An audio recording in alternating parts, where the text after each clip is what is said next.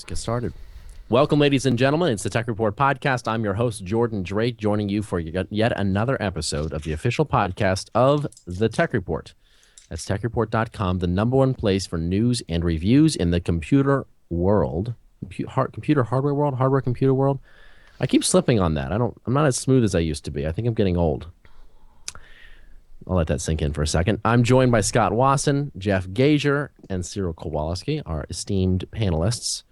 And you can email us, jdrake@techreport.com. We're also streaming live at techreport.com. Was it Twitch TV/The Tech Report? That's it. Is that yeah. And you can join into the banter, the chanter, the chatter, the egg throwing, the dirt shoveling, whatever you want to call that form of internet communication. Just the bottom of the top. At the top of it's the cream of the crust is what I was trying to say. And so, yeah, join us there. Now, we've got a lot to talk about. Before we do, I've got a mishap to share with you all. Maybe you guys can relate to this story. So I've had a keyboard that I'm staring at right now that connects to my main laptop. It's an Apple wired keyboard. I like it because it's got that sort of clicky, square, chiclet design that you see on a lot of the MacBook Pros, MacBook Airs. So I like that feel. I've always liked that feel for keyboards. Cyril, I recall you are appreciative of that style as well. And it's also got a number pad. I like a numeric pad. I like doing my numbers. I like my budgeting. I like my spreadsheets. I've got a numpad, Jordan. You know the feeling? Check it out. Oh, hold on. I got to see this on the stream here. I gotta cue it to the visual. What am I missing, Scott? Oh, sorry, I didn't know you couldn't see, dude. Well, unfortunately, when I watch the stream, it's about 5 minutes delayed. Not 5. It's a lot delayed, and it because my internet has issues. For whatever reason, I can't really watch it very simultaneously. So I was just holding up a numpad. See. Got it. Either way, love me a numpad. So I've had this keyboard. Wow. 7 years, like a long time, really long time, and since I was 16, so 8 years. Okay, so I've had this keyboard for 8 years. I looked down at it one day and I'm like, wow, that keyboard is looking like like the floor mat in a car. It's been rode hard and put up wet. You know that thing where you get the oil, the oil from your fingers just slowly makes like just sort of a shiny pattern in the middle of each key, and you've got years of food and Chipotle and chips and just all goodness in there. And you can't take these keys out. So I thought, you know what, I'm just going to buy a brand new one. So, you just one of those things where you're just like, I just want to wipe the slate clean, get myself a new keyboard, have some self-respect. So I buy a new keyboard. I get it from Amazon, Amazon Prime. It's the Apple one? It's the Apple one, yeah. Okay. You can Google it, Apple wired keyboard. Okay, so long story short, I get the old keyboard, toss that puppy in the trash, not even going to give it to a homeless person because no one wants this thing, trust me.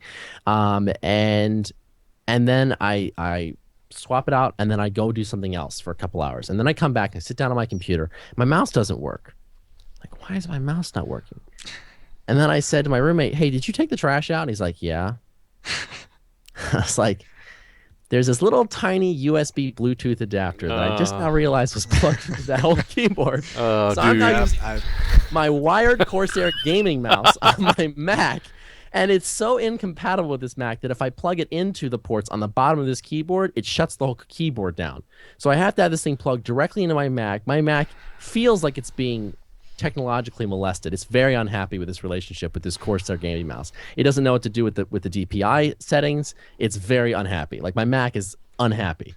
And I'm using this wired mouse, and it's just very jury-rigged. Never understand which one that is. But yeah, moral of the story, check your USB ports on your keyboards before you throw them into the garbage, because you never know what's clinging on for dear life and will completely disable your computer once it's gone.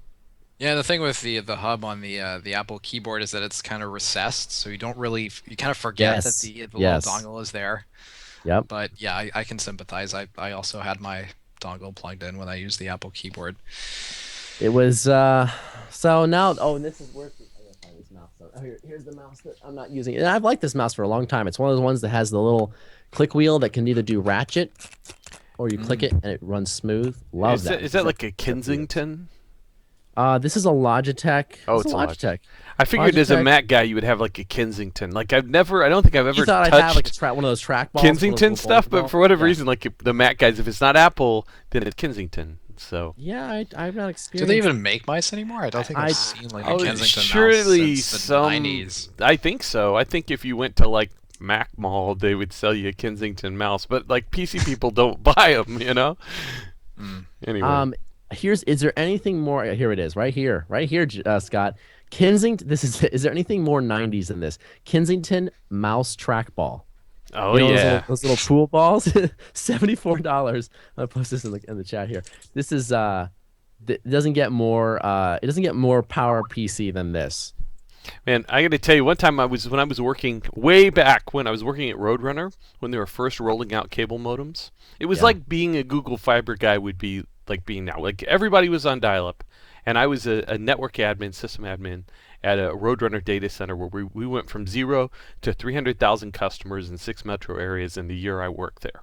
It was really cool. Anyway, but one time we had this guy who visited in town because he was kind of going to learn the ropes and do some stuff, and he was visiting on business in the office, and I found out through talking to him that he was an Unreal Tournament player. And so I was like, we start talking smack, and I was like, you got to come over, and we'll set up the LAN party, and we can play. And he shows up with his trackball in order to play Unreal Tournament against us, and he's got his whole like weird key mapping and his trackball, and he has to play us with his, and it's like the marble red and black colored thing, with the thumb one. Yeah. And he was like, he was, he wasn't a bad player though. It's just to me that was like really freaky. Like, what are you doing? That was back when when the Wacom tablets were a little too expensive. So if you were an artist, a lot of the artists would use those big trackballs, and also people who like were using them in mobile places where they didn't have a lot of space for a mouse, and also like keyboard trackpads are terrible. I kind of was waiting for a moment. Well, mice were terrible back then. That's true. That was the whole point. Yeah. Yeah, you had to clean them off after you use them for a while because the rollers get Yeah. That's good times. Yeah, I was kind of waiting for this moment where you say you play Unreal Tournament with the trackball, and he just goes, "Well, I don't win a lot." But I guess that exchange I had in my head never quite happened. Before we move on, I just want to call out this headline that I just thought was fantastic, and then we will start talking about PC hardware, I promise. This is a true story from Yahoo News. Obese 100-year-old crocodile dies from overeating after worshippers keep throwing at chickens and goats for good luck. That's a good way to die. That's a good way to die. And you look at the picture of this crocodile, and it looks like someone has inflated it with a bicycle pump. It is an amazing, and all these people are surrounding it, like bathing this thing. It's the world's most American crocodile. Well, it's in India, but yeah, I would say only in Alabama, folks. Yeah, come on here, Croc. We want a good harvest this year. All right, here we go. Okay, let's talk about actual PC hardware. Maybe we can start with some listener mail. We're gonna have to split up the listener mail because it's come to the point where now I just feel like we're a help desk. Like a help desk for the internet. So we do a lot of listener mail questions and chat mail and chat conversations and chat questions and carrier pigeons and all sorts of stuff. So we'll have to split it up a little bit over the show. But let's start off with a question here from a good old-fashioned email. The people who have the self-respect to email me and not just blast it out to everyone in the comments. Just a little more professional. Michael says, Jordan, thanks for all the great podcasting and happy 2015. This year looks exciting for tech. Good start. He says, question, I've never run dual GPU cards. Too much hassle. Did we already answer this question? I don't think so. Too much hassle, but with VR coming soon to the PC, I'm wondering... Oh, no, we didn't. Okay. With VR coming soon to the PC, I'm wondering if dual GPU configurations will suddenly become compelling since rendering the same scene in parallel for left plus right presumably does not involve those tough frame pacing issues you'll have discussed, and cutting latency in half may provide the compelling benefit of not hurling. So if I'm shopping today for a graphics card, does it make sense to factor in how well it'll pair up with its twin brother, say, a year from now? Should I plan ahead for more heat and watts inside the case, etc.? By the way, Jordan, on the podcast, you bemoan the loss of local voice capability on your Apple device. I say there's no reason technology couldn't make us less captive to the internet and more in control if we push for it. If we demand the feature of works great offline, Tech Report and the podcast are a great forum to highlight and praise or critique all examples of design for offline mode. For example, I'm looking forward to playing GTA 5 on my offline gaming PC, but I've heard rumblings that a live internet connection will be required even for the single-player game. I like that he has faith in us that we can single-handedly change the industry. That's a flattering thought. I wish we could fix this. I just don't think we can. I think there's money to be made in marketing if you've got tracking capability, and you can push things out to your users in real time, and that's why everybody wants to do that. Well, hey, I mean, it worked well. So it works so well for Spore. Anyway, yeah.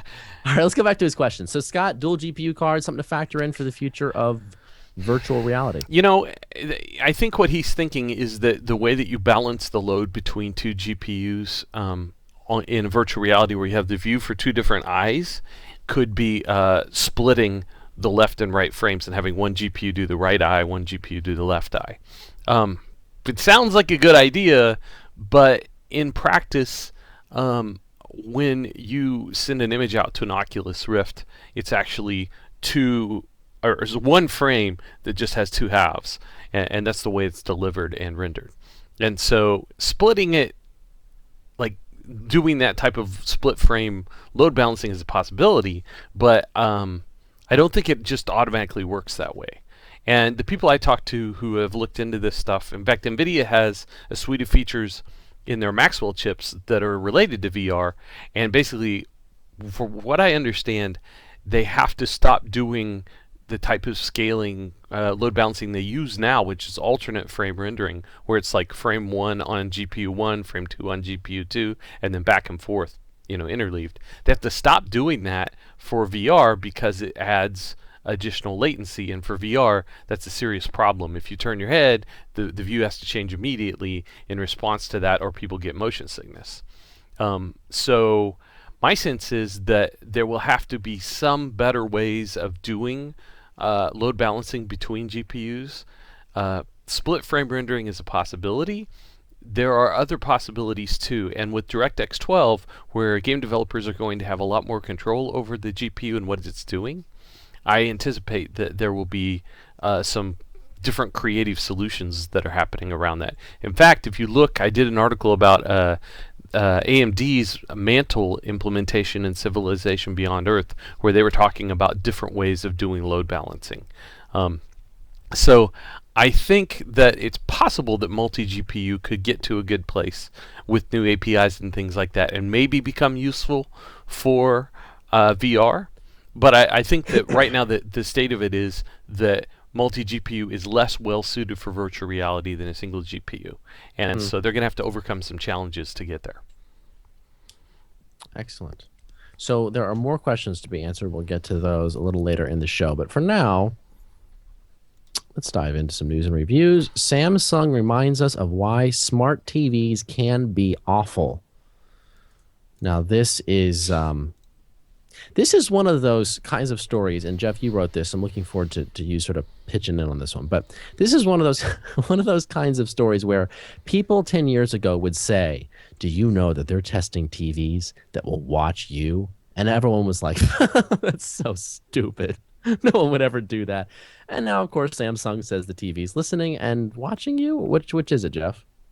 Well, it's kind of neither, actually. There's sort of a whole big hubbub about this story about TVs eavesdropping on people. And basically what's happening is Samsung has a voice recognition feature on their TVs that if you click a button on the screen or you hold down a button on the remote, will record your voice commands and then send that data to a third-party sort of processing firm to basically figure out what you're trying to say and what you're trying to do. So this is not a case where it's secretly recording you or secretly monitoring your conversations. I think people got, or are still maybe a little bit unnerved by the fact that they're sending data to a third party, but it's really only the commands that you choose to send to the television, and there's even an indication on the screen when this format or when this recording is taking place. So it's not really a secret thing. And then it kind of highlights the fact that people are worried about maybe their TVs listening in on them. There was that thing with the Xbox that was last year where it has this always-on listening capability where it's listening for you to, I think it's OK Xbox or something, and it turns itself on. And Microsoft sort of had to come out and say it was only listening for those words and they weren't doing sort of permanent recording. But as you get devices with voice recognition and the ability to record conversations, I think people are naturally a little bit freaked out about what their TV or other devices could be doing, even if in this case it's a fairly benign thing.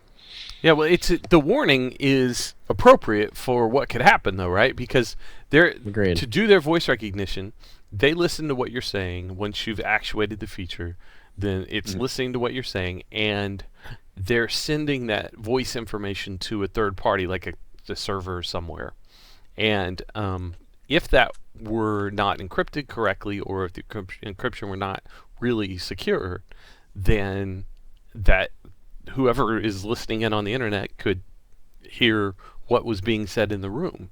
And there's also the question of the third party. Are they secure? Are they trustworthy? Who's providing the voice recognition? All this stuff you have to think about now. And I think that that's one of the problems with smart TVs. The other problem is, have you seen Samsung software? Do you want them to provide the OS and software and user interface experience for the way that you interact with your television? I was going to say anything. No, I mean, smart TVs are the dumb idea because the people making them are consumer electronics companies, and they have proven without beyond a shadow of a doubt that they stink at software and UIs. They stink at it. You know, if you want a good DVR, then you buy a TiVo because every cable box is kind of awful. Or most of them. Yeah, and if you want to stream good content, you just stream off the Roku, because Roku's going to do a better job. It's going to update itself easier. It's going to get, it's been that way for a few years now. Computer companies are better at this stuff than the traditional consumer electronics guys. And not only that, but the consumer device market is a little weird because, like, for me, I think a TV is a 5 to 10 year purchase. And I think that a box that I'm going to hook up to the TV to get content through is a 2-year purchase, and then I'm going to upgrade because the SoCs get better, the capabilities change, the business models are morphing right now, right? I mean, all of this stuff is in flux, and so there's not a very good chance that I'm going to buy a TV and use the whatever little terrible computer they put into it for very long anyway, and yet, if you buy one, then you get like the possibility that it gets hacked or it's not secure or it has a problem. So yeah, it's easy to point the finger and say, wow, the black hats could get a hold of this, or someone's doing packet sniffing. But I'm sorry, I don't trust at all not the motivations, but the level of competence. Going a different direction with this. I don't trust the oversight within our government over programs and organizations like the NSA to say for 100% certain that they're not building backdoors or forcing backdoors or paying for backdoors into any of these capabilities. And every time someone's brought that up again, going to the whole 10 years ago, people make fun of, they're not listening to your phones, they're not listening to your text messages. And then, of course, Edward Snowden and Michael Greenberg was his name? Anyway, all we've learned about the NSA suggests they've done everything that we would suggest in the past. They would never do that. That's patently illegal. You don't have a search warrant, etc. So my point is, more devices, whether it's the Xbox, whether it's a TV that have a microphone or a camera that are set to passively listen for certain phrases, I just don't trust the relationship between government and corporations at all. I don't trust the government's ability to hold themselves back from that low-hanging fruit at all. And you can call me crazy until we find out 3 years from now with something else that leaks. And, by the way, the government's been tapping into, voice activated devices, using a particular API that they built in. I don't know. I mean, I'm making shit up, but the point is, it's all come to the fore in the past few years, and it's kind of confirmed all those conspiracy theories in a way that's really disturbing.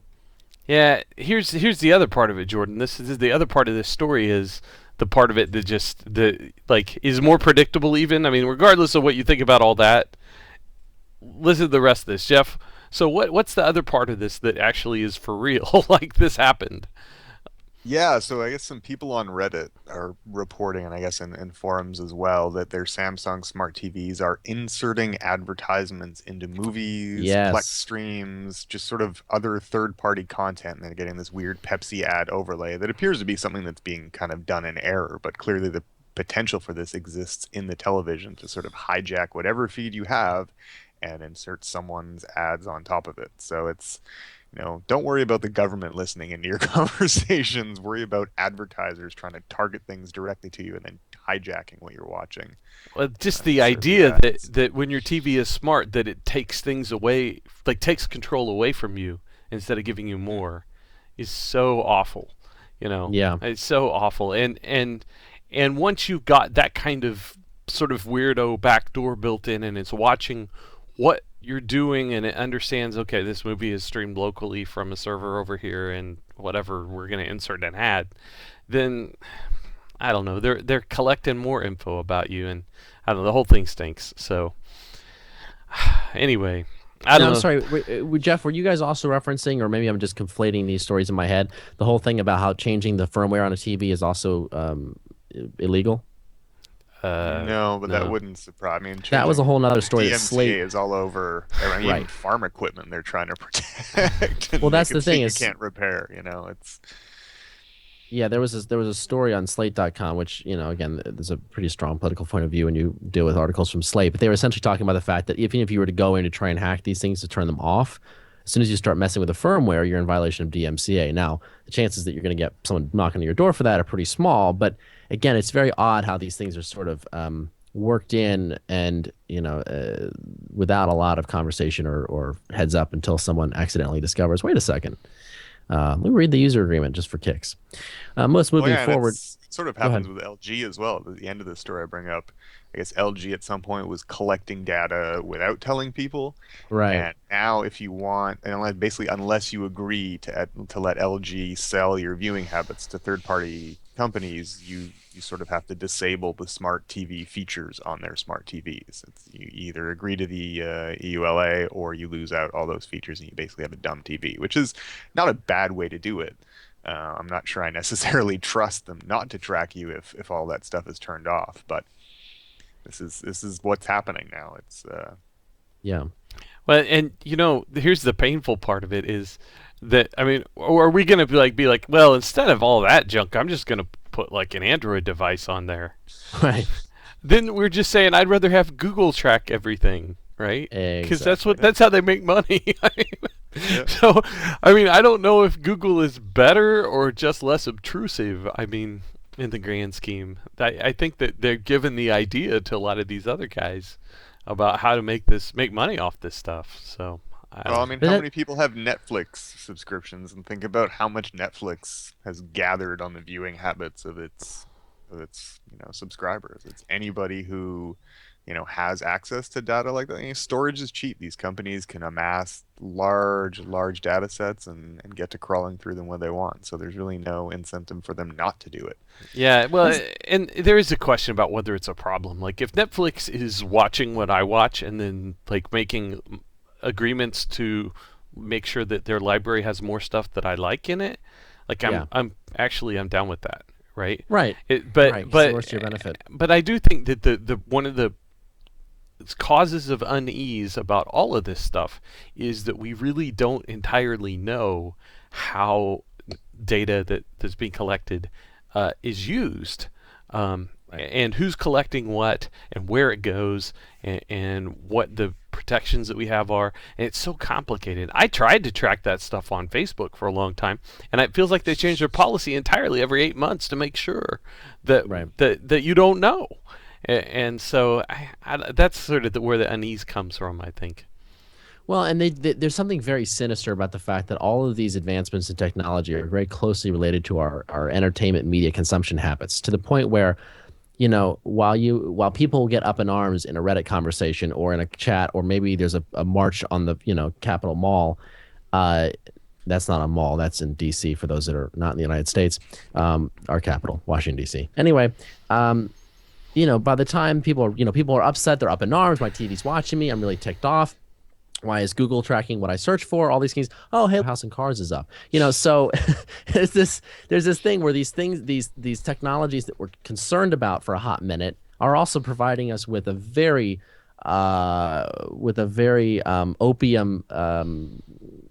opium-esque media consumption product that we love. So therefore we want, okay, well, we'll sit down and we'll watch it, or we'll consume or buy the iPhone or buy the device, and it just sort of lulls us back to sleep. So it's a bit of a concern, I think, just whether or not people's quote unquote outrage actually makes any change, because at the end of the day, we still buy these devices, and the people who are really upset are usually a vocal minority. So good times. We're all doomed. All hail our corporate government overlords. Let's move forward and talk about NVIDIA, because NVIDIA's got some good news to share. Actually, before we get to that, let's talk about a big announcement scheduled for March 3rd. Cyril, this is your story. What's coming at Game Developers Conference, GDC, from NVIDIA? So they sent out this announcement they're not saying what it is, but they say it's been 5 years in the making and it will redefine the future of gaming. Now, NVIDIA is no stranger to sort of hyperbole, so I don't know if this will actually redefine the future of gaming, but it could be. We're thinking it's probably either Big Maxwell, aka the GM200, which could power some new high-end sort of top of the line, GTX Titan-ish cards, or it could be a new Shield tablet or some kind of new Shield product based on the Tegra X1, which is the new system on a chip that NVIDIA announced at CES last month. They're saying it's not it's aimed at it's aimed at cars and gaming. So yeah, some kind of gaming device powered by that processor could be another possibility. I'm going, so excellent. I'll report on it. I think just based on like who at NVIDIA sent the email and some other sort of information, like people were talking about who was invited, it looks like it's probably some kind of a Shield type thing. So got to be a set-top box. One of these days, they're going to just finally make a mini console for the living room and stop this weirdness where they want you to play Android games on their tablet through your television. Right. Well, they have their streaming service where they have NVIDIA Grid, where they have their own servers, and it's like Netflix for games, and they've got a library of PC games that you can play on a dumb laptop or a Shield tablet or whatever type of device. I don't know, can you do it on a laptop, or is it just the Shield devices now that are clients, I guess? Yep, just Shield devices. Theoretically, you could do it from a lot of different things because it's just H.264 video. But they've got that service, and they've been expanding the game catalog. And then they have Game Stream, which is the ability to stream from your GeForce-equipped PC in your home to a Shield device. And then they've worked on building a catalog of Android games for the Shield tablet and the Shield portable. So you can imagine if they have a little box, I would hope it'd be relatively cheap, that you could plug into your TV with wireless controllers and the rest. They already have a nice wireless controller for the Shield tablet.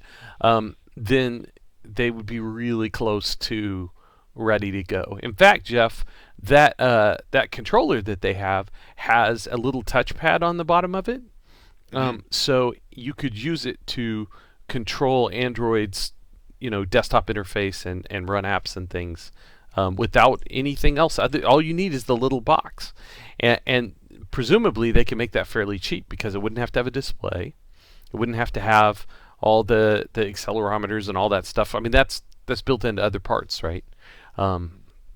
So well, when the Ouya, or however you pronounce that was, I guess when it came out, was a Tegra 3 and was selling for about $100 when Tegra 3 was new. So it's there's really no reason they have to make this an expensive chip, and they also don't really have to worry about thermals if you've got kind of a little cube form factor or something like that where you can put a big heatsink that you're not going to be able to put in a slim tablet, or even in something like the Shield handheld where it's basically built into a game controller. Right, and like a Shield tablet's what, $200, and that's what $300. I think are they still that much? Yep. I would think, I don't know. I know that the Tegra chips can be $20-$25, so I think the total system cost could be pretty low. So yeah, man, I would love to see that be $99.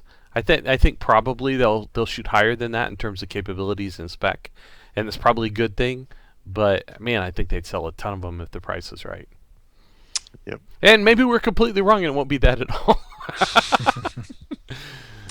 It'll be an announcement that the Grid beta is now going like wider to include PCs or something. I don't. Nice.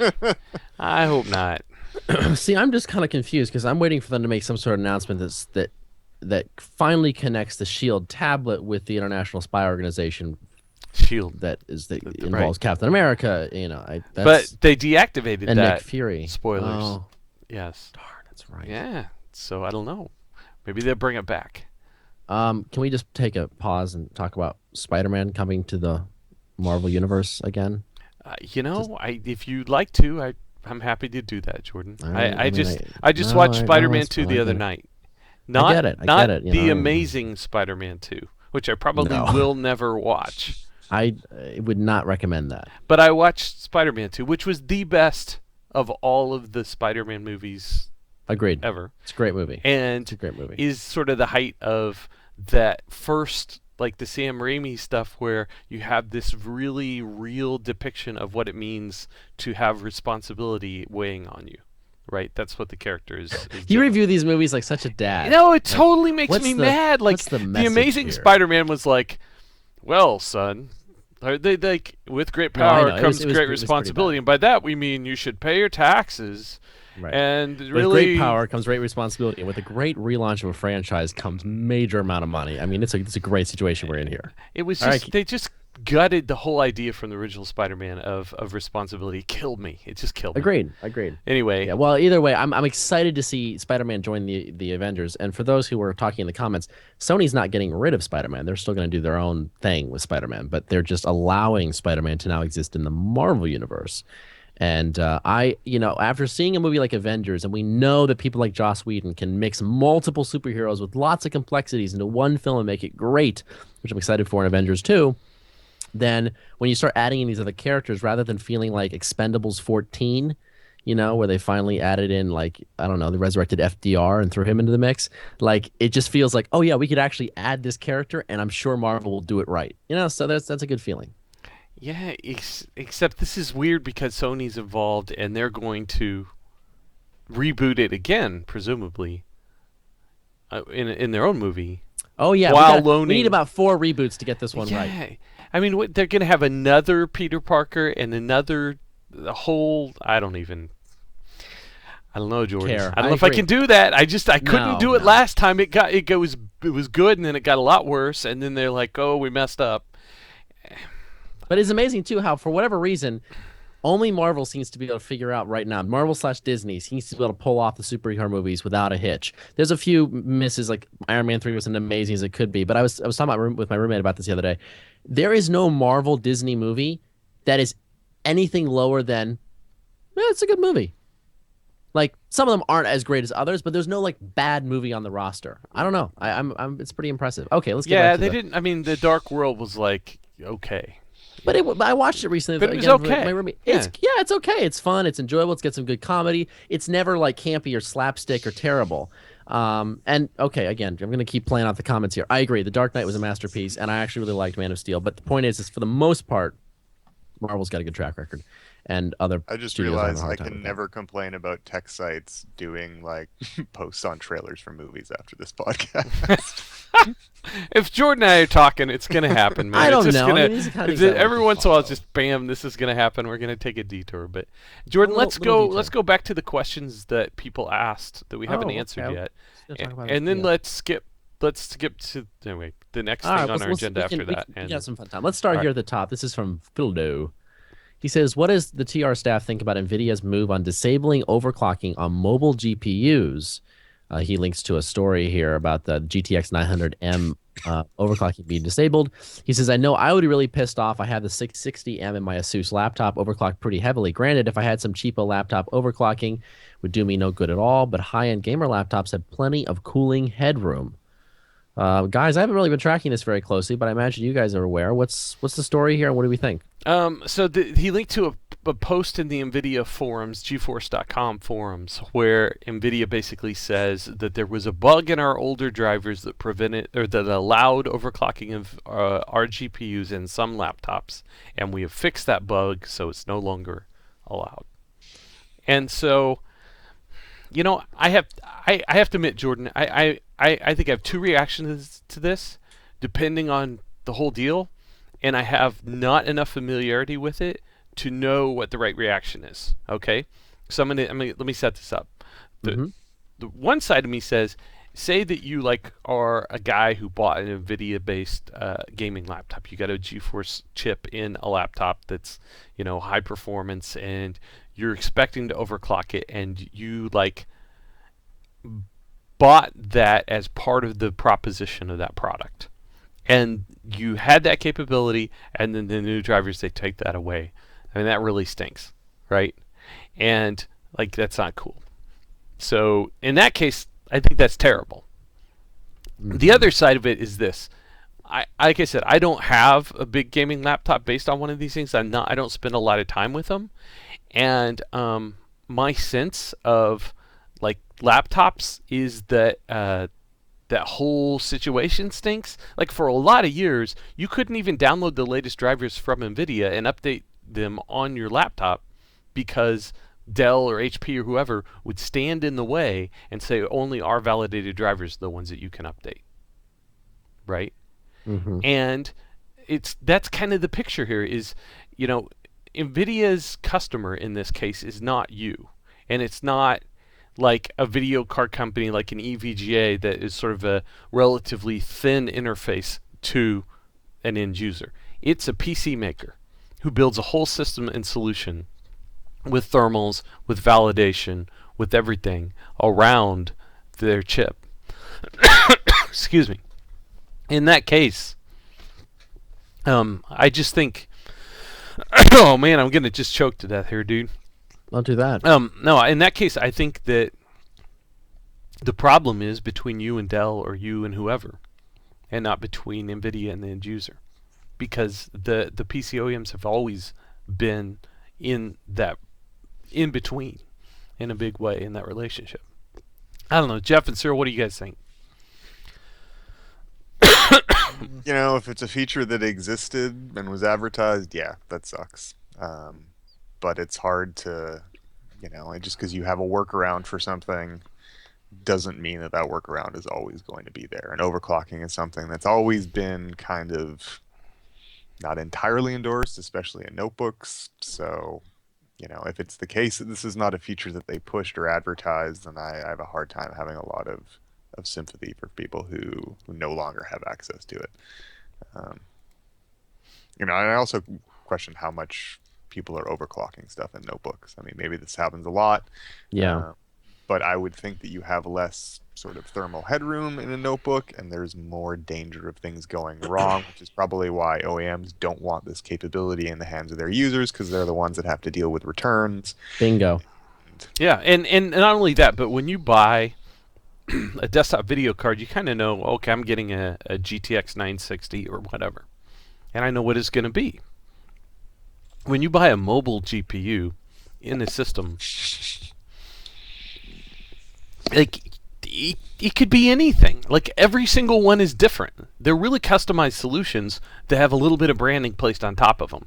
And one GeForce GTX 960M is not the same as the other one, or any other, or the third one, or whatever. Like they are customized in terms of the power consumption, voltage specifications. Even in some cases, like we've seen, Cyril, I think this is what mobile Radeons, maybe you had written about one a while ago, where it was the same brand and it could be one of two different chips depending, like a bigger chip with some units disabled clocked down, or a smaller chip with like more units enabled clocked up, to where they had approximately the same performance and they stuck them under the same brand name. Like that, yeah, that rings a bell, but NVIDIA, that's actually, I can't remember which member of the lineup it is. I think it's the GTX 860M, which can be either the GM106. It can be either like a smaller Maxwell or a bigger Kepler, depending on what notebook makers decide. So it's really up in the air. So from Dell's point of view, none of this really matters because you bought a Dell product. And that product is the highlight. It's just like if you got an iPad, and people are not going to be upset because the PowerVR GX64 or whatever in that isn't quite what they expected based on the specs of the PowerVR GX whatever. Like the primary brand and company here that you interface with is the laptop maker, not the graphics supplier. So, I don't know. I think NVIDIA has to do what its customers want, and in this case, the customers are not the end users. So that stinks. But it kind of is the deal. I do think if you're upset about that, you go talk to ASUS or Dell or Alienware, whoever it is, and complain to them, because they're the ones who ultimately are really responsible to you to fix that problem. And if you could overclock before and it was fine, and you got more performance and it was not a problem, then they're the ones who you need to have fix it for you. So I don't know. That's my take.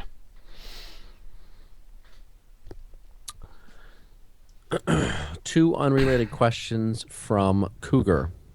Number one, LSI bought SandForce, and then Avago bought LSI. At some point, Seagate then indicated they bought LSI's flash division. So is SandForce dead or what? Third-gen SandForce chips were announced at CES 2013 and even earlier, but at CES 2015, only a single company gave a brief mention about a SandForce SSD. Is this a reflection of continued controller design problems, given that the first and second-gen controllers each had major respective problems, or that it has been shelved by Seagate? That is a question for none other than me. So here's the... No, that's for Jeff.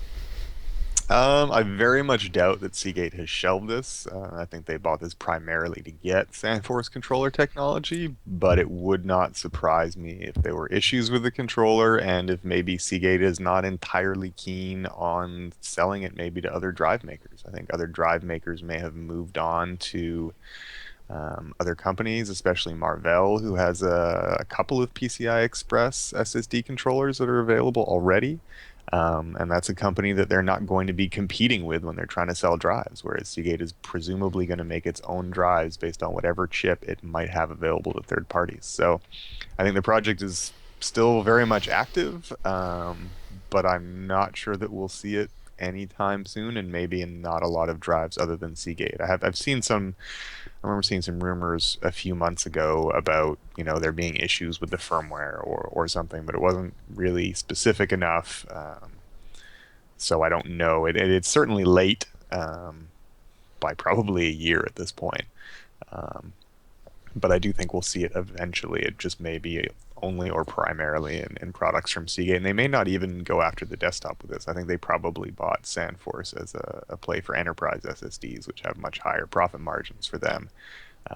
It's going to be hard for Seagate to compete on price with people like Samsung and Intel, who have their own NAND production capacity, or Micron and Crucial. So, excellent.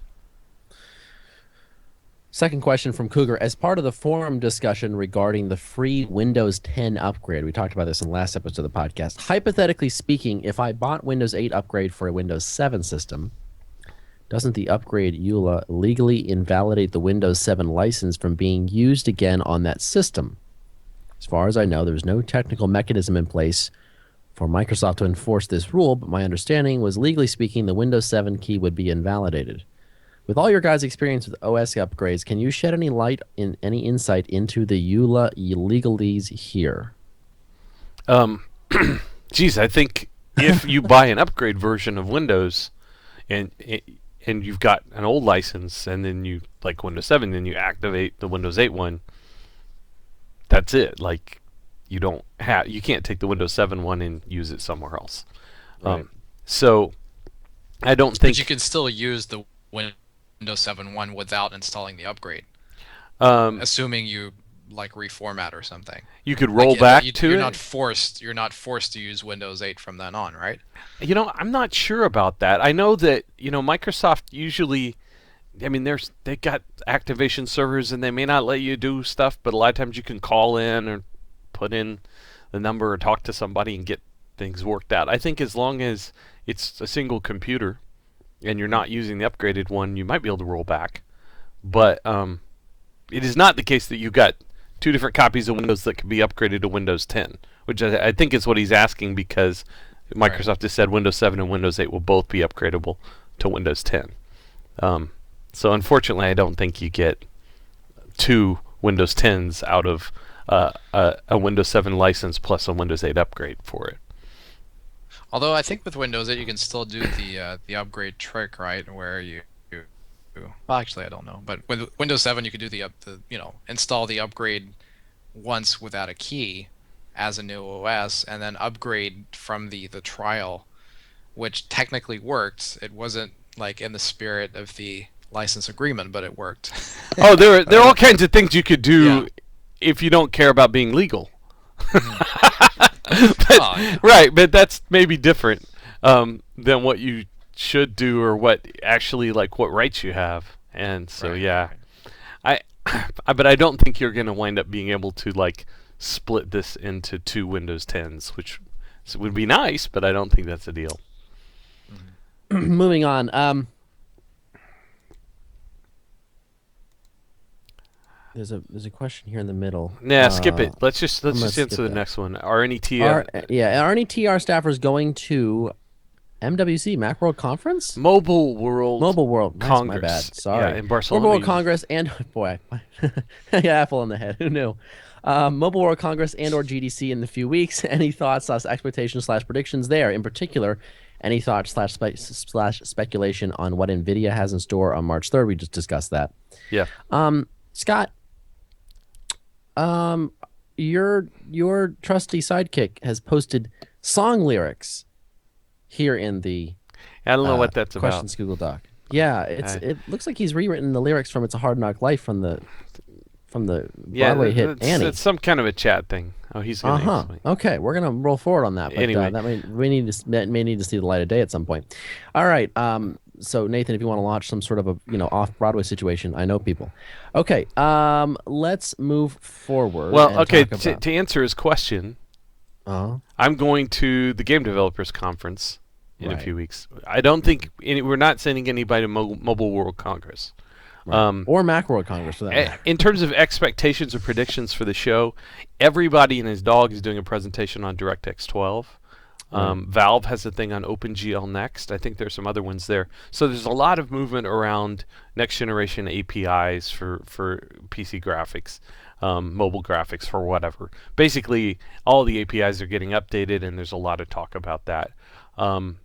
And I think that we'll get news from all the major players, not just NVIDIA, but probably, I'm not sure about AMD. I think we'll probably get some news from Intel. I think that there will be a lot of interesting stuff, and I expect to get to spend some time. GDC is one of my favorite things, Jordan. I expect to get to spend some time talking with people who are interested in what we do with frame time testing, and maybe even expand the reach of that some. I've already started having some conversations around that with some people I'm going to follow up with at GDC. So Cool. There you go. I think we have a lot of stuff on the agenda, and I think we should move into the Venue 8 review that Jeff did. I was about to suggest that. So, Let's pull that up here. That's Scott? not up. this is going to be Twitch. This is going to be on the podcast before it's on the site. This is actually, and here it is. This is unedited. It may not even come out in this form. We may completely Well, it's on the revamp it. podcast before it comes out on the site if you're watching the podcast live, not if you're listening later on. Right. Well, but Correct. I'm sorry, which review are we talking about? Everyone 'Cause is I don't- very confused. But if you're watching the live stream embedded in the site, then it's on the site. Never mind. in the Yeah. visual here. Wait a second. This is your Venue 8 review? Yeah. Yep. Didn't that get put up on February 8th? No, it's just when he started the document, but it's not live yet. Oh, I see. This is just that's when he first aspired. I see. So to, the time to code create that I'm a seeing in this document. particular story. Yeah, but when we post it, we'll change that to the. I see. Okay, so Yeah. I am now looking at a sneak preview here. I feel so You are. special. You are. Excellent. So let's talk about this, Jeff. Give us a setup for the Dell Venue 8 7000. I've heard good things about this tablet, which I, to be honest, don't really expect good things from Dell when it comes to mobile devices like this. But does it surprise? Does it beat expectations? I don't know if it surprises. I think it was hyped as early as I think September at IDF, and they trotted it out and billed it as the thinnest tablet ever. It's 0.1 millimeters thinner than an iPad Air, and that's kind of the least interesting thing about it. It has this amazing. It's an 8.4-inch OLED display with a 2560 by 1600 resolution, with incredibly sharp, incredibly vibrant display. Under the hood, it's got a Moorfield-based Atom processor, so you've got quad x86 cores combined with PowerVR graphics. The graphics capabilities are similar to what you'd get in an iPad Mini 3 or an iPhone 5S. It's got this RealSense 3D depth camera that combines a normal rear camera with two 720p cameras to give you kind of embedded depth information in still pictures that you can do kind of some fun stuff with various filters, and you sort of take measurements of real world objects in a still image. Hmm. And then it's got kind of just some smart features. Like it's got a micro SD slot that takes cards up to 512 gigs, which I don't even think exist. Wow. And it's got, a fairly lightweight Android install. It's just a really good all-around tablet that has a couple of really standout features like the screen, which has these really thin bezels all around it that, it's a premium device. It's a $400 tablet. It's basically priced against the iPad mini. And I think it's the best tablet or best Android tablet you can buy right now. And it may even be the best tablet sort of overall.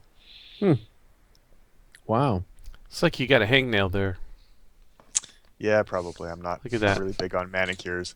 Dude, that looks painful. Can I be honest though? I think one of the challenges I have with the reviews like this is it's really kind of hard to get the sense of how good that display is when you try and take it with the picture of the camera.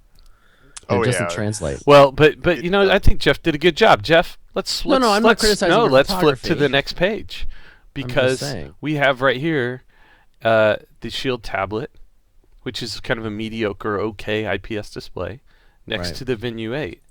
And even though this is, not a perfect reproduction of everything, you can see there's better color contrast absolutely. and Yeah. saturation on the OLED display.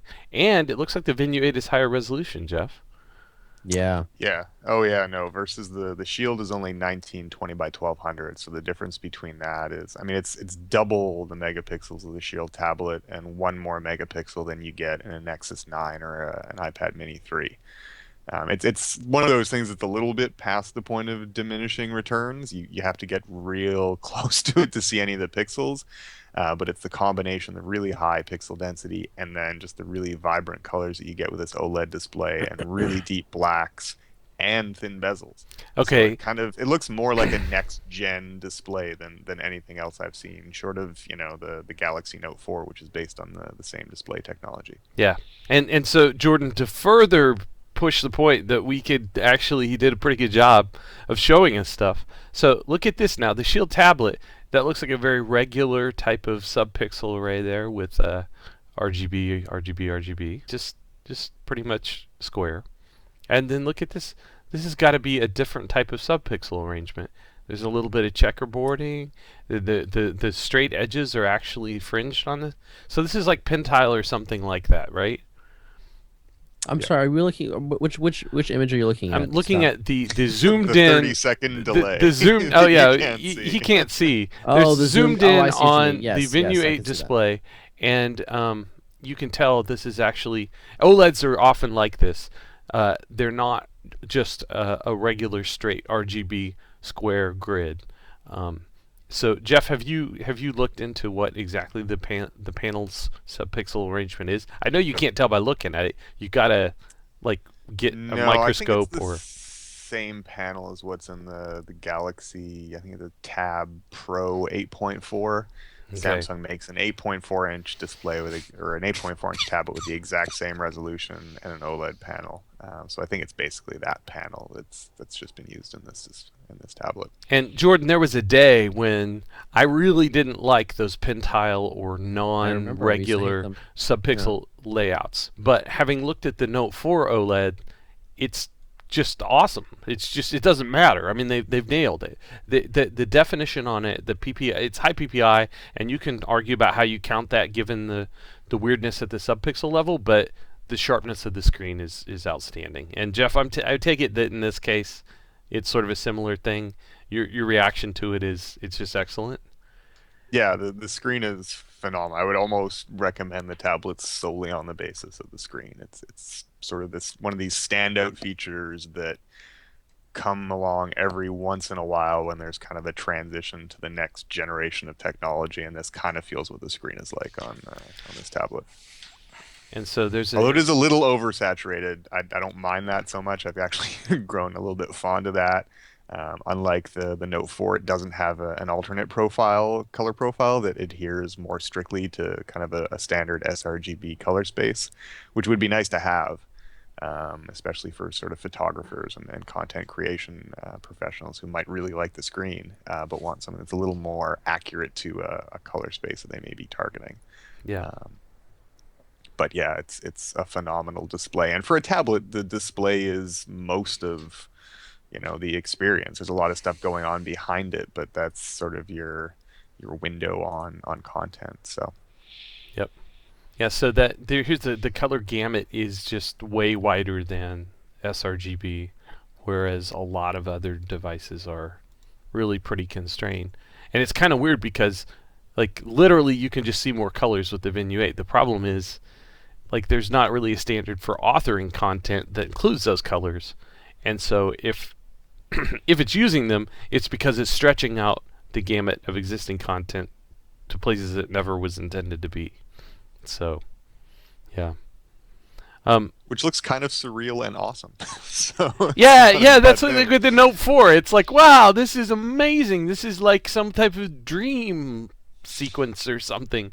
But it doesn't look anything like the picture. Like, doesn't look anything like what I actually just photographed, but it looks better maybe. I don't know. Looks how I wish it would. Right, it's kind of trippy. So anyway, so it's a good display all around. I guess we don't want to get into the weeds on Delta E and stuff, do we? No. But No, it's a good display all around. The performance is sort of good all around. It's not an exceptional performer in sort of benchmarks. It's not at the top of the graphs in a lot of them, especially in the gaming benchmarks as well. It doesn't really, I mean, it can't compete with the Shield tablet, which has a substantially more powerful GPU. But it's just kind of a good all-around performance picture. It works fine in games, even at the native resolution. So it's a very capable tablet from a performance perspective, even if it's not something that's gonna come out ahead in all the benchmarks. Load times are also fast, which is something that can be a concern with x86 tablets if you're getting into binary translation, where you've got code that was originally programmed for ARM processors. But that's probably going to become less of an issue with Android 5.0 Lollipop, which has a new runtime environment that's supposed to be cross-platform. That is one of the downsides of this tablet. It doesn't have a Lollipop update yet, but the best we've got out of Dell in terms of a timeline is in the coming months. They're planning on releasing it, but their pitch is that they want the experience to be sort of flawless when they release it. So they're not going to do so until they've sort of buttoned everything down and have a completely smooth experience throughout.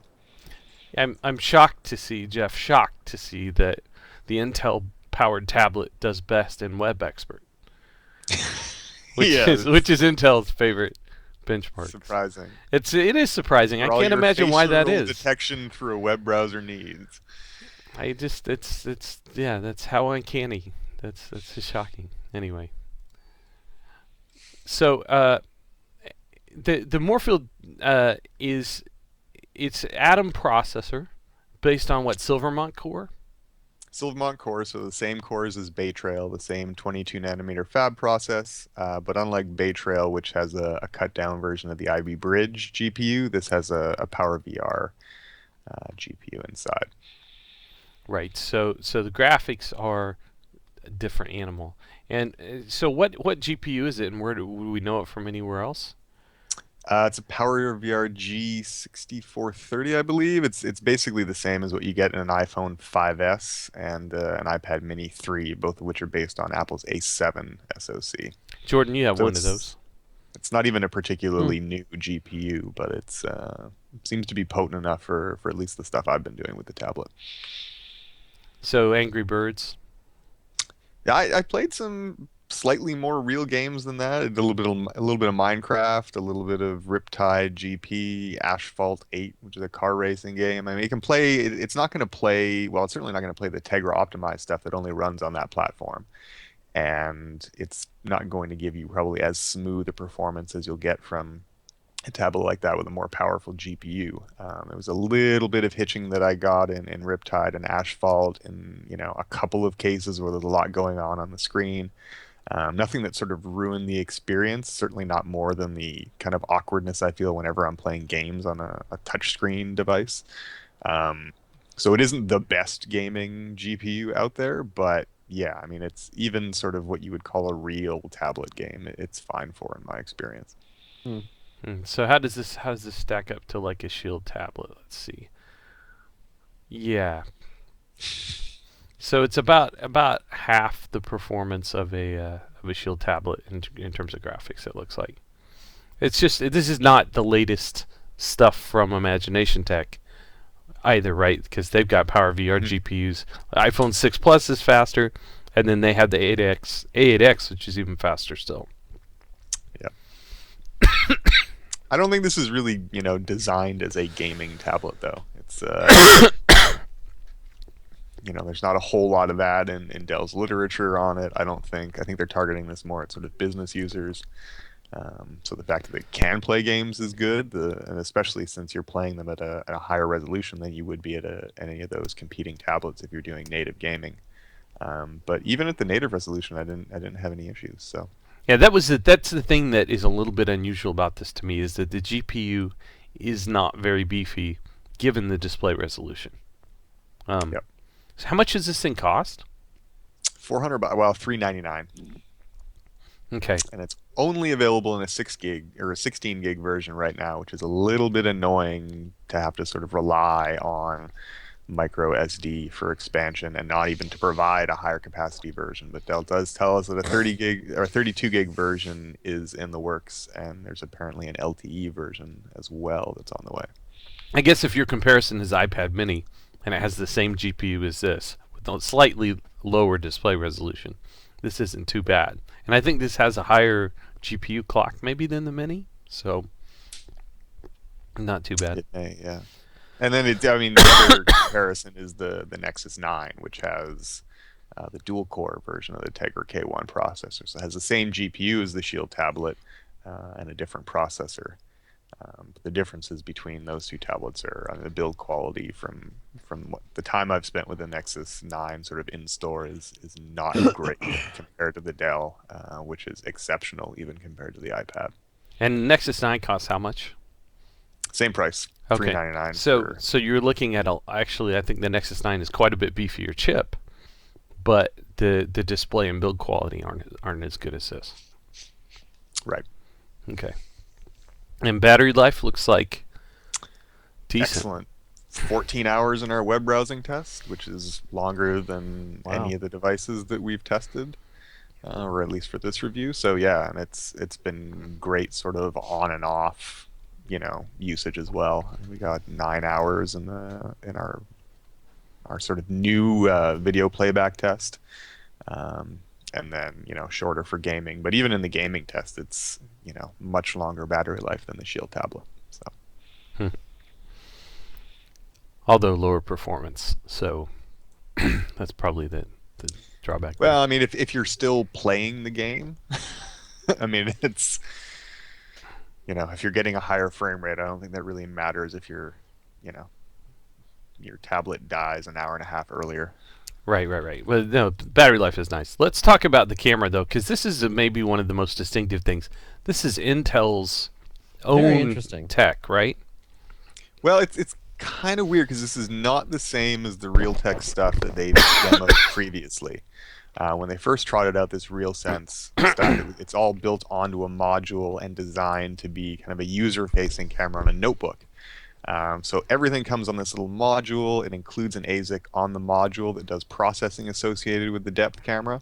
Here what they're using is a bunch of off-the-shelf parts and tying it together with software. So you've got a normal camera for still images, and then you've got two 720p cameras. And these aren't sort of special cameras as far as I can tell. It's just straight cameras, and they use the images from those two cameras overlaid on top of the image from the main camera to give you some depth information, and then all the processing is done on the Atom processor. It takes about 12 seconds to actually sort of crunch all of the data and then let you go in there and do things with the depth information. So you shoot a picture and you wait 12 seconds and then you can go manipulate the picture?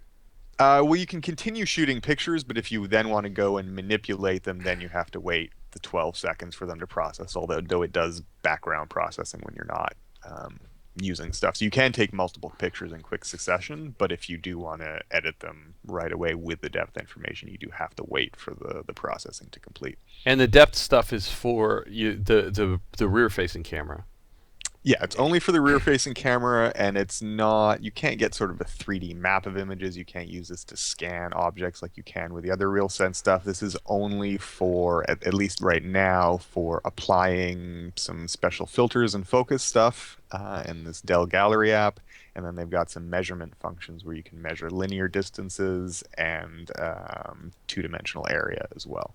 So let me get this straight.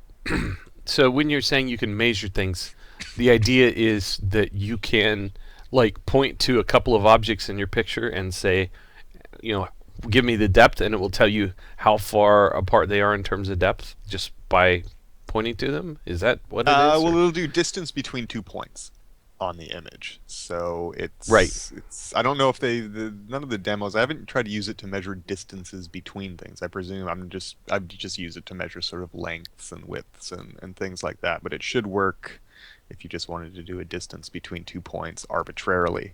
So that's that's basically a distance between 2 points in 3D space.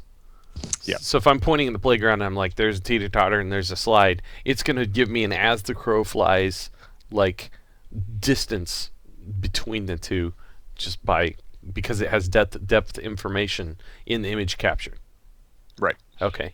And so explain to me about the focus part of this, because I'm trying to figure out, like, that's neat, but it's a little bit like, who wants that? It's some people do, but not everybody. The like focus that thing for a though. lot of things. Well, but the focus thing, is this like, can I if I shoot an image and it's out of focus, can I then like change the focus after the fact?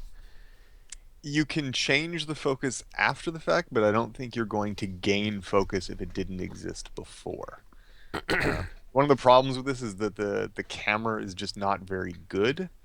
So the shots that you take, you can separate objects from the background, but I haven't had a situation where I had a shot where something was out of focus in the original, and I was then able to sort of recover focus. But you can shift the focus in a shot where sort of everything looks like it's in focus.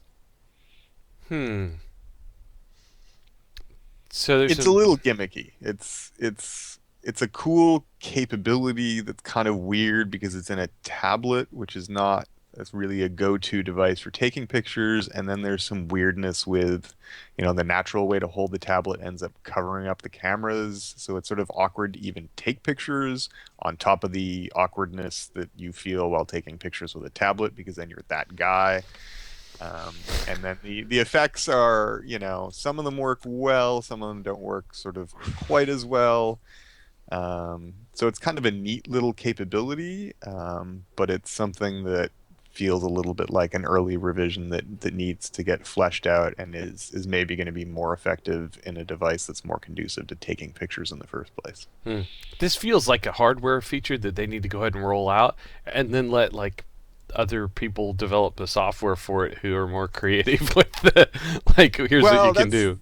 That's their thing. They're very keen. I was talking to the Intel guys behind this, and they're saying that they want to have depth information in every still image and every video. And that's kind of what they're working towards with RealSense, and they're working with developers to figure out what to do with all that information once it's captured. Because once you have that depth information, basically do what you want with it. So they've figured out the capturing of the information, and now it's just a question of what developers are going to do with it and what sort of form factors we're going to get these cameras in. I mean, you can imagine that at some point the camera that they had intended for notebooks is going to become something that's viable for a tablet, and then you have sort of gesture recognition and an actual 3D mapping of things in a more complete way than what you're doing here. So okay, the potential for this stuff is really cool. It's just this particular implementation is a very limited form of RealSense compared to what they've sort of pitched for notebooks, and a lot of it is kind of like this Instagram effect stuff, because the measurements are not super accurate either. They're estimates, and the effective range is kind of 3 to 30 feet, and it seems to be, fairly lighting dependent. You need a fair bit of light even to take a decent shot, and then the depth stuff seems to be especially sensitive to having adequate light as well. Okay.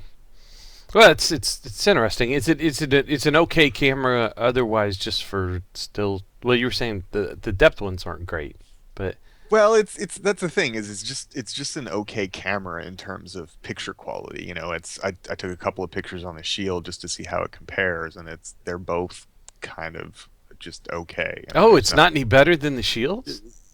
Not really, no. I mean, in terms of just like a straight camera shot, it's not and it has more megapixels, but the lens is not doing it for the camera. I don't know if it's a sensor or what, but it's guys. For reference, Jordan or Cyril, I guess you guys don't have a Shield tablet, either one of you. That is not a phone class camera. It's lower grade. Like a lot of times in tablets they do this. They'll put something in, but it's not as good. And in this case, like the Shield tablet camera is kind of a dog. So if this isn't much better than that, honestly, speaking of dogs, those pictures look better than the Shield tablet cameras. Well, it's because they're saying the article whose dog is that again? shrunk down. They work really nicely. That's my dog. Right. Aww. But if you shrink down, a full resolution image to something that you might put on a web page or put on Instagram or Facebook, then it looks fine. But if you're actually looking at the full resolution image, it's not good. Okay. This is not a device I would take a picture with, even though I can do cooler stuff with it. Right. Once the image is captured.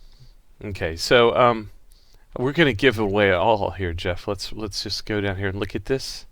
TR recommended award for the Venue 8. So you already kind of said it may be the best Android tablet out right now.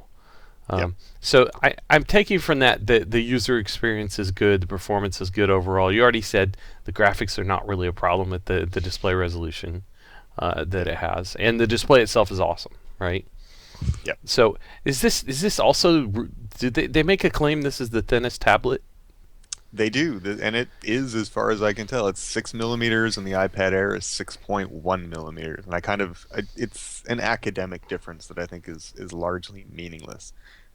It's cool what they've squeezed into a form factor this small, and that they haven't really sacrificed battery life to get there.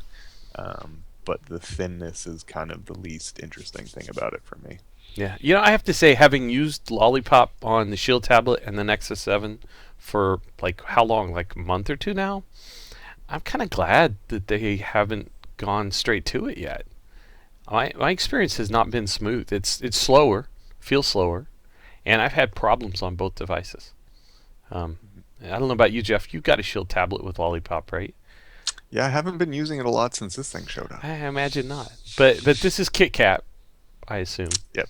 And that's the thing is KitKat works. It's fine. It's they've done some nice things with the UI where instead of just making all of the icons the same size and using more pixels, they actually pack more icons onto the home screen.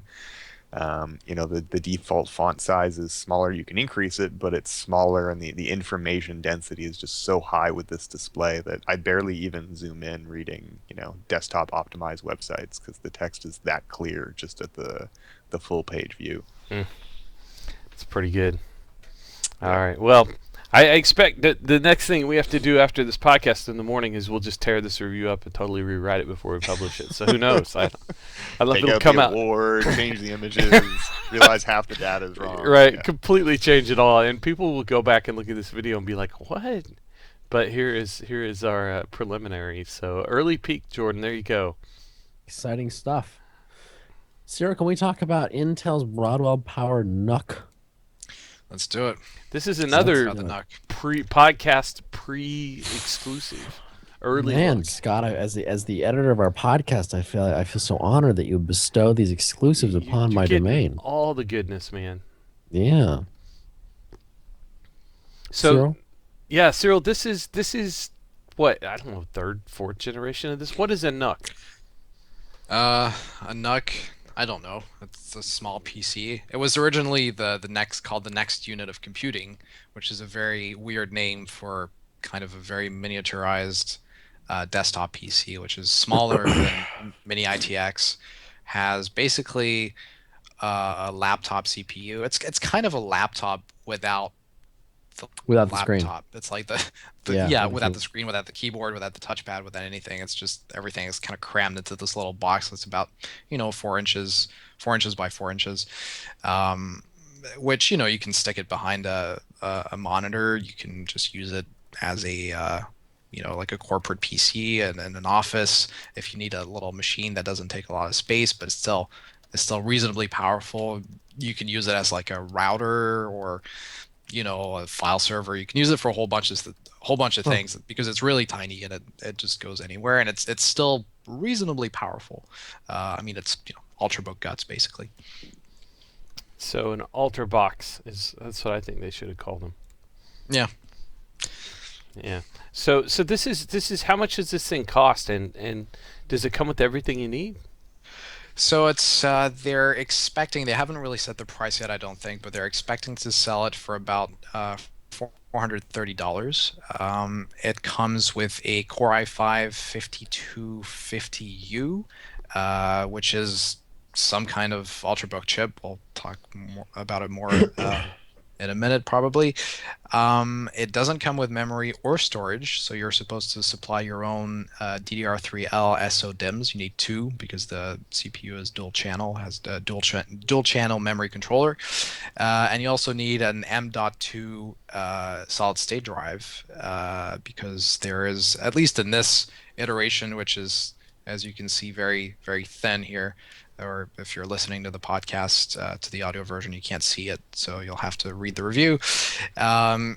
It doesn't have room for a 2.5-inch or 1.8 inch for that matter SSD, so you have to use an M.2 SSD.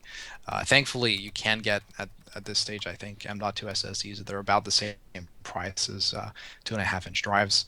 Usually, it's about the same. It's just memory chips. It doesn't really matter how they're arranged. It supports SATA or PCIe drives, and it actually has 4 lanes of PCIe Gen 2 connectivity. So it supports, basically you can have more bandwidth going through it than on a lot of desktop motherboards. So you can get a pretty solid amount of storage bandwidth from it. One of the drives Intel sent us with it. I mean, the system doesn't ship with anything, but Intel sent us the review sample with some components so we could test it. One of the drives is rated for over a gigabyte per second read speed, which is pretty impressive for an SSD, and not usually the kind of performance you would expect from a storage device in something this small. Other than that, the system, you need to supply your own copy of Windows. It doesn't come with Windows 8 or anything. And obviously you need your keyboard, mouse, monitor. You probably need to scavenge some old parts or buy new ones there. But yeah, it's basically a bare bones machine with almost everything you need, but you can supply your own. You have to supply your own memory, storage, and Windows license. Yeah. It comes with the Wi-Fi controller built in, I should point out. Yeah. So it does. Okay. It used to be in the last generation you had to buy a Wi-Fi card too. So they changed it. Oh, okay. And this is the latest. I think the one they launched alongside Broadwell-U, the new AC controller. So it's 802.11 AC plus Bluetooth 4 plus Intel wireless display. It's soldered on. Soldered on, so you can't remove it. But considering it's 802.11 AC, I think most people will probably be happy with it, unless they want WiGig or something. But you can't get that yet. Yeah, but in a few years. Right. Well, then you plug it into the USB port, but yeah. Although that would maybe not be great, but anyway. So yeah, this is kind of a. I think this is the future of the corporate desktop PC right here. This is kind of just like computer commodity box, bam, right? You've got an ultrabook type thing, and it just plugs into whatever. And Jordan, I got to say, I like this better than the iMac approach. Because you can upgrade the display and the computer independently of one another, right? But there's not an Apple on it. There is not. There is Well, I not. mean, Apple does make the Mac Mini. Yeah, Jordan, yeah. why aren't There you you go. pitching the Mac Mini? That's right. Awesome. That's right. You're No not one on can pitch message, man. I'm sorry. Let's be clear. No one can pitch the Mac Mini. That's not a very exciting device. They need to keep it up to date like this. This is the latest Intel stuff. It could very well be the basis of a new Mac Mini. All I can tell you about the Mac Mini is it would smell better out of the box because it's got that Apple smell. But that's all. That's about it. We need to include actually, the smell rating in the review, Cyril. Yeah, unfortunately, I couldn't. I wasn't able to graph that. I need some new equipment. But no, the Mac Mini is kind of disappointing because it comes with like mechanical storage in 2015, and it's still $500. So, but this thing would probably be more expensive once you put all the components in. But it's a way better machine because it's newer and it supports. You can stick a really fast solid state drive in there. And the latest Broadwell guts, and it's just it's better. And so this is the Core i5 version, and it's got the Broadwell chip, which I think we should go ahead and talk about because this is the Broadwell U. It's the Ultrabook chip. It's what, 2 cores, 4 threads. That's right. Which is pretty great. And what's the clock speed on it? 1.6 base, 2.7 turbo, which is not that's pretty good. Yeah. Yeah, the last generation, the Haswell equivalent, which was the exact same price, same model number, except replace the leading 5 with a 4. The base speed was 1.3 and the turbo was 2.6. So turbo is about the same. Base has gone up quite a bit. And Broadwell's a little faster clock for clock, so it's not bad. The point I was trying to make is I'm pretty sure they have a Core i3 version of this thing too. Oh yeah. So this is a more premium. It's $430 plus whatever SSD and memory you put in it, and then you're done. Oh, and the OS, right? So assuming you have to pay for the OS, I was kind of saying, Jeff, I wish they had packaged this with that Windows Bing thing, where you get a free version of Windows that you have to change the default search on. It's unfortunate. I don't know if that has to be. It can't be a bare bones system. Maybe it just has to be a complete system. This is like a perfect candidate for that because the OS is a huge portion of the cost if you have to go buy a whole new license, and it's a teeny little device. So. Well, I'm kind of surprised they don't sell a packaged version because I know that Zotac kind of started these little mini devices, and they would always sell a bare bones version with sort of no memory, no storage, no OS, and then they'd have their Plus variant, which would have, I guess they do Windows on them now. I'm not sure if they did them all the time, but it'd sell it with a hard drive and memory. I mean, Intel makes its own SSDs. It wouldn't take much for them to sell a version of this that's basically a PC. I mean, they may not want to do that to avoid competing with some of their customers, but right. I think that's the issue, is that there are system companies that package these things up and sell them. And so you can go get a whole system, but Intel sent us just the bare bones kit. So the other thing that's new is this the power adapter. It's smaller, Cyril. Did you know that? I did not know that. I know it was small, but I haven't actually seen the power adapter, the Haswell version. So if you have it handy, I mean, I could hold up the Broadwell one while you hold up the Haswell one. So well, we get. I will take a picture with the RealSense camera and then compare the sizes. There we go, and we'll be all Intel. It'll be awesome. No, this is just a standard like laptop size adapter on the Haswell NUC. So I've just been testing this for comparison with what Cyril's testing. So this is about what they've had since they started, and now they've gotten a wall wart, which is nice, except that it plugs right in and covers up your outlet. So I wish it didn't do that, but they were kind of miniaturizing this further. So yeah, and it's kind of neat on this one. The plug is actually removable. If I can do it, but they send you in the box you get like adapters, plugs for international outlets. Yeah, I think there's probably there's a clip. There we go. He's gonna electrocute himself. Yeah, no, it's not plugged in.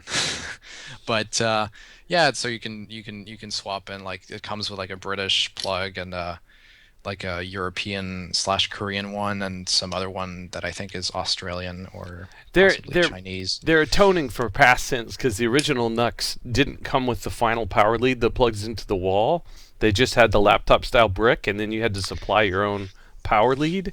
Oh, which will let them ship one SKU to a whole bunch of markets and then let everybody else deal with the problem.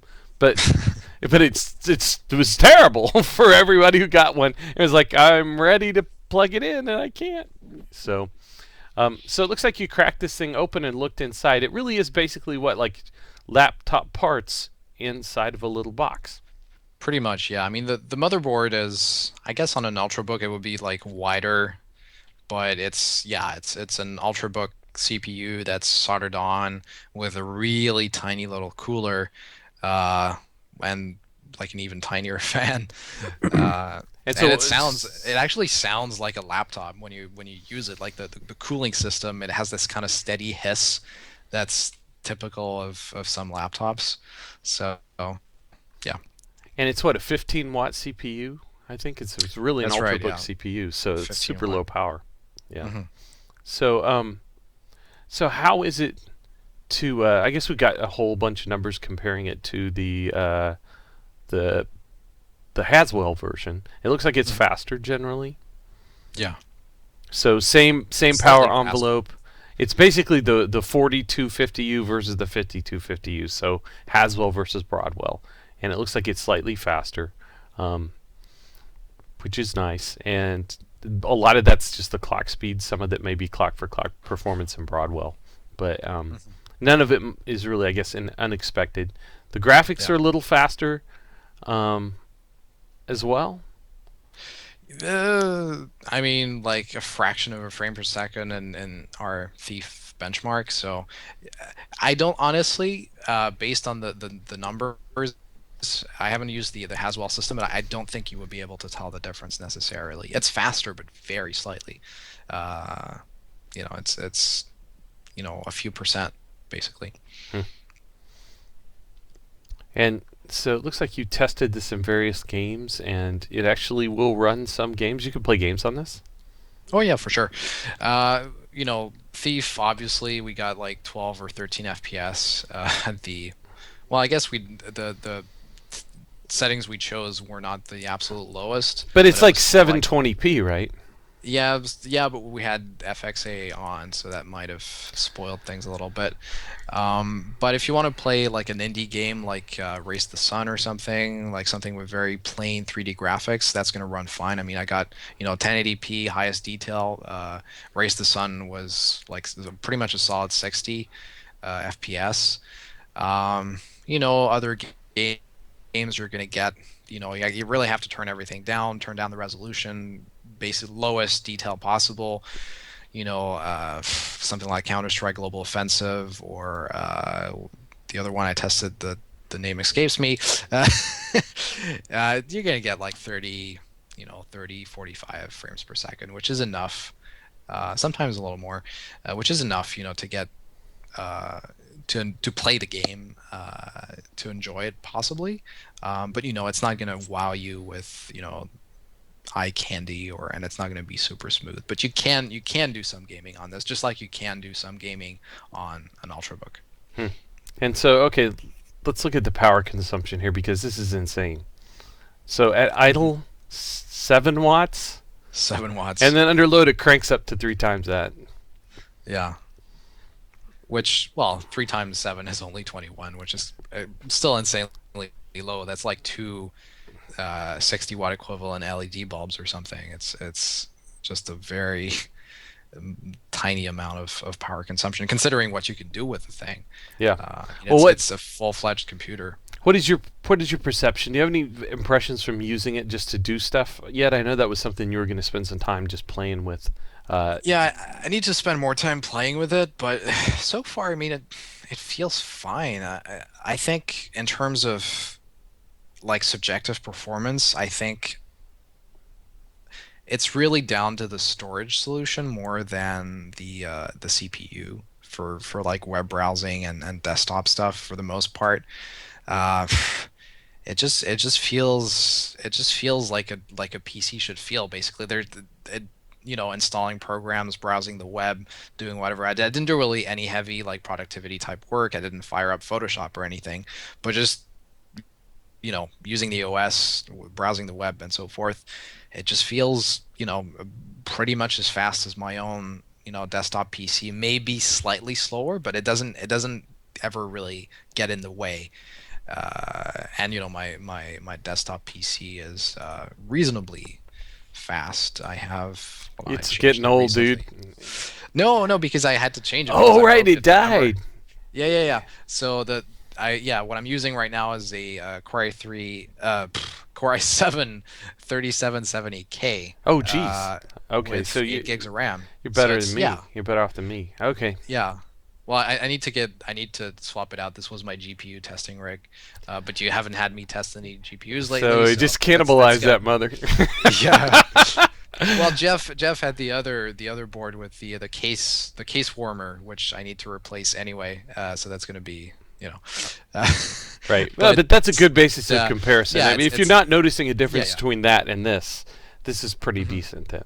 I mean that there is a difference. You can kind of tell if you pay attention, but switching from one to the other, it doesn't feel like one is like so much slower that it gets annoying. Really, it's just, this page takes maybe like a couple extra 100 milliseconds to load or something like that. It's just very very subtle. So yeah. Yeah.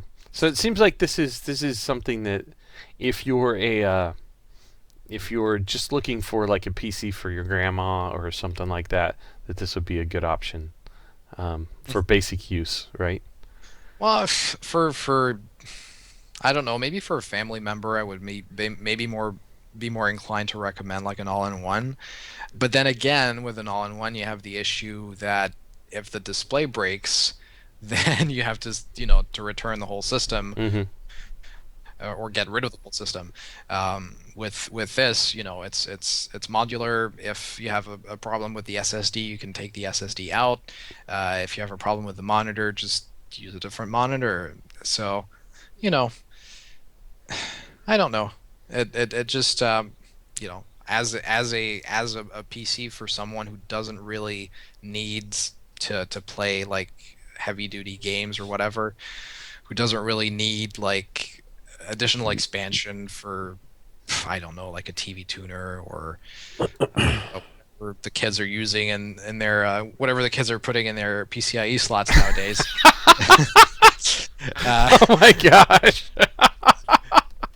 um, it's fine. It just does everything you need, Yeah. and it's nice. The only downside really is the noise.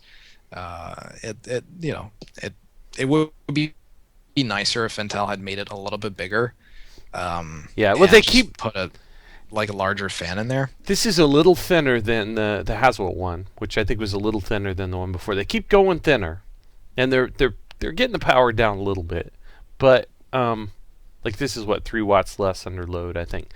But yeah, I'd much rather have something maybe twice as tall that's silent than hmm something that hisses and whines a little bit. And I don't understand that. Like I don't. What are they? I mean, I get that like you can attach this to the back of a monitor or some things like that maybe it would make sense in. But why wouldn't you have a version that's just quiet? I hmm think the point is that because I've seen some third-party cases, because the motherboards on these are standardized, Yeah. and you can get some passively cooled cases that are designed specifically for the motherboards in there. So I think they figure the market is so small for this that in the meantime they'll just let kind of case makers fill in that void.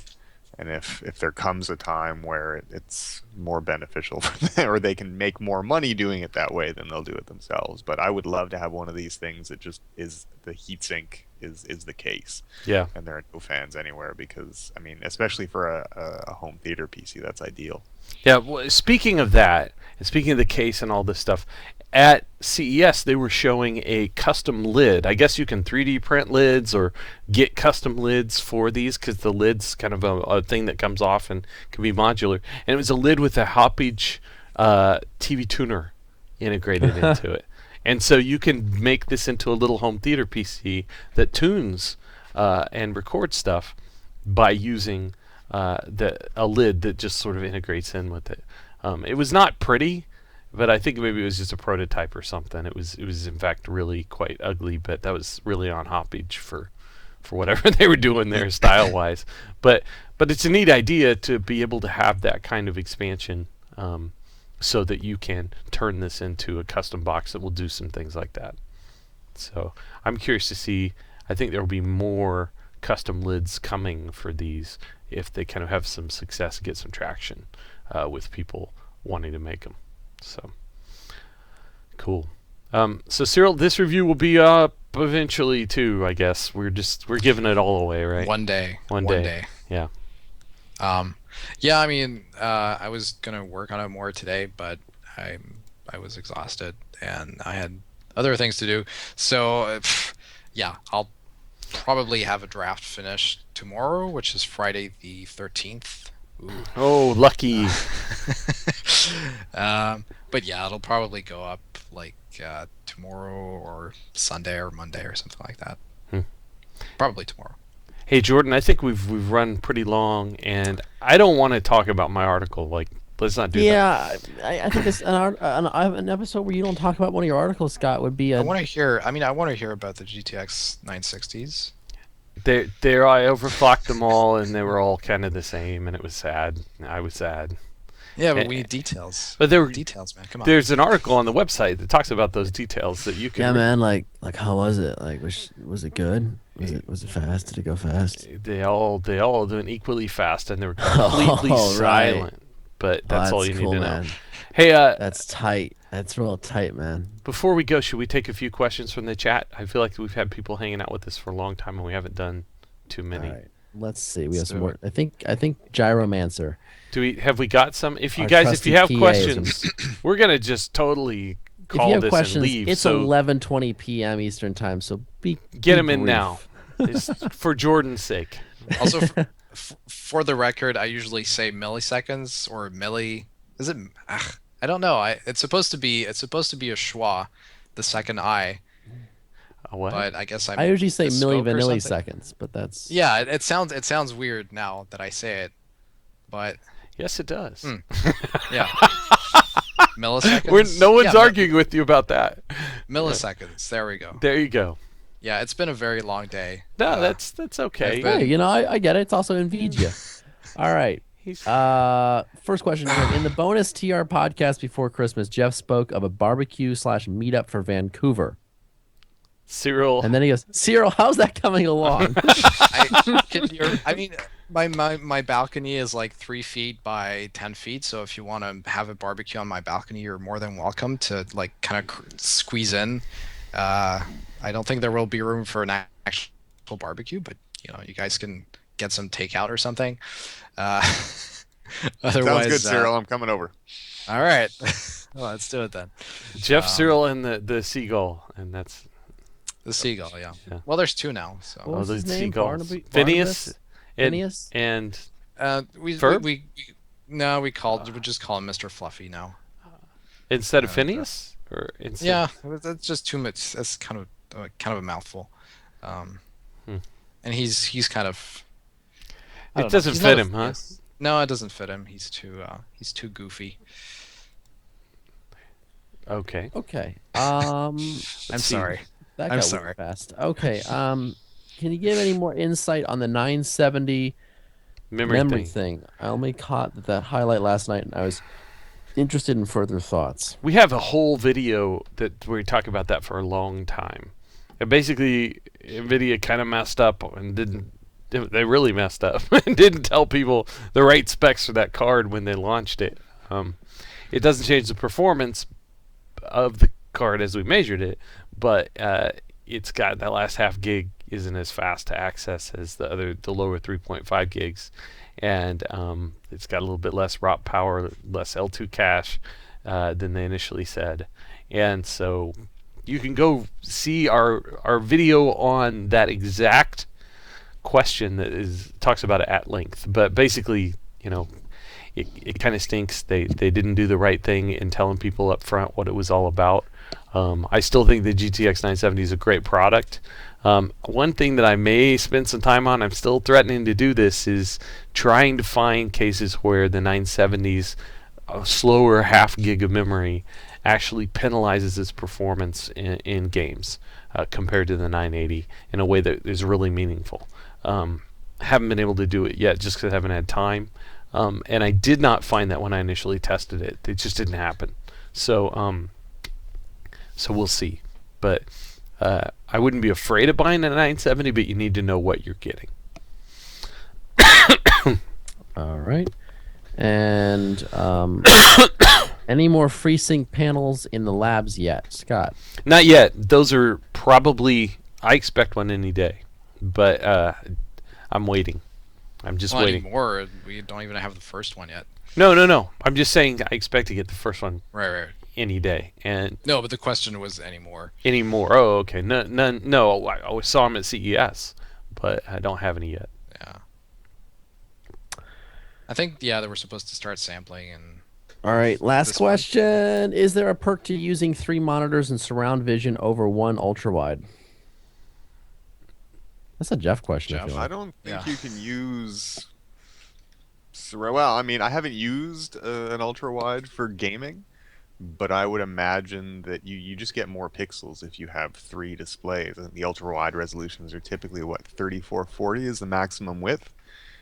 So if you're even lining up, 2 1080p displays, that gives you more horizontal pixels than you're going to get from an ultra-wide. So if you're after the sort of wraparound effect, I think 3 displays are going to give you that and a better experience than 1 ultra-wide. But the ultra-wide, depending on kind of the games that you run, is probably a better all-around gaming solution. Just because some games don't translate well to being split across multiple screens, and because you don't have to deal with any of the bezels separating the displays. Yeah, I agree. Cool. All right. Well, that wraps it up for this episode of the Tech Report Podcast. I'm your host, Jordan Drake. We'll see you on the next episode. You can email us, jdrake@techreport.com. Hit us up on Twitter. Our handles are all in the show notes. And maybe next time, if you're listening to this on the taped version, you check us out on the live stream. And one way or another, we're glad you listened and join us for the show. So until the next episode, so long.